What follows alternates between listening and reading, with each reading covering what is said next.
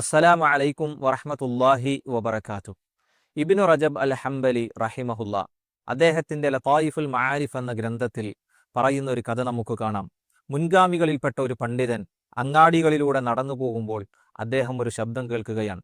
മൂലധനം ഉരുകിത്തീർന്നുകൊണ്ടിരിക്കുന്ന ഈ പാവത്തെ നിങ്ങൾ സഹായിക്കുക, നിങ്ങൾ ഈ പാവത്തോട് കരുണ കാണിക്കുക. അപ്പോൾ ആ മഹാനായ പണ്ഡിതൻ സ്തബ്ധനായി നിൽക്കുകയാണ്. അദ്ദേഹം ശബ്ദം കേട്ട ദിക്കിലേക്ക് കണ്ണോടിച്ചു. അവിടെ അദ്ദേഹം കണ്ടത് ഒരു ഐസ് വിൽപ്പനക്കാരനെയാണ്. അദ്ദേഹത്തിൻ്റെ മൂലധനം ഐസാണെങ്കിൽ എൻ്റെ മൂലധനം ആയുസാണല്ലോ എന്നാണ് ആ മഹാനായ പണ്ഡിതൻ ആലോചിച്ചു പോയത്. പ്രിയപ്പെട്ടവരെ, ആഖിറത്തേക്ക്, പരലോകത്തേക്ക് നമ്മുടെ മൂലധനം ആയുസാൻ. അത് ഉരുകി തീർന്നുകൊണ്ടിരിക്കുകയാണ്. അത് തീരുന്നതിനു മുൻപ് നമ്മൾ അത് ക്രിയാത്മകമായി ഉപയോഗപ്പെടുത്തുക.